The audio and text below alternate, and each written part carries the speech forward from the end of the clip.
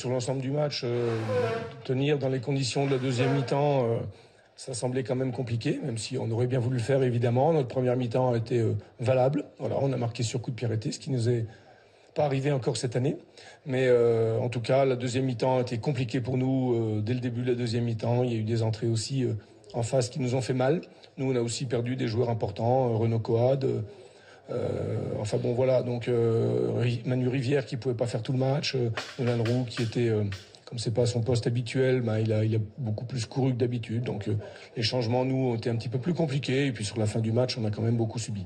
Philippe, une question de Franck Passy qui est avec nous. Oui, Philippe, bonsoir.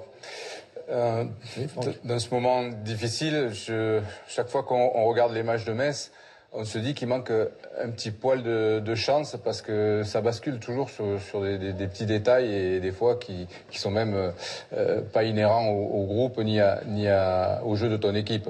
Donc qu'est-ce que tu penses de ça ? Je pense que c'est, à un moment donné, ce que j'ai dit avant le match, c'est l'arme des faibles aussi que de toujours ouvrir le parapluie. C'est vrai qu'on a eu des décisions arbitrales pas favorables sur les derniers matchs. Je crois que ce soir, il n'y a pas grand-chose à dire là-dessus.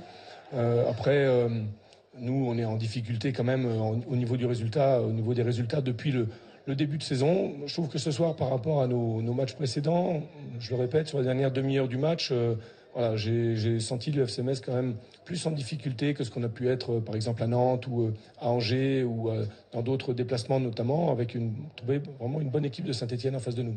Philippe, avant de vous laisser, votre président cette semaine, Bernard Serin, vous a donné 2 matchs pour améliorer les performances de votre équipe.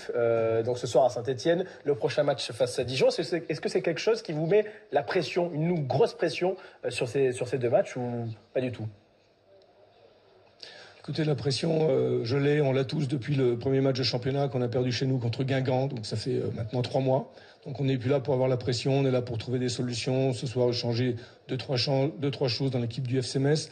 Maintenant, le président, il a pris une direction. Je crois que ce sont des choses claires. Au moins, tout le monde sait dans quelle direction on va. C'est bien plus agréable, franchement, que de ne rien connaître du lendemain à chaque fois, comme depuis 2 mois, ça peut se passer. Donc voilà, le président a pris une décision, une direction, il a pesé le pour et le contre. On a un match important contre Dijon. Évidemment, ça serait mieux qu'on le gagne.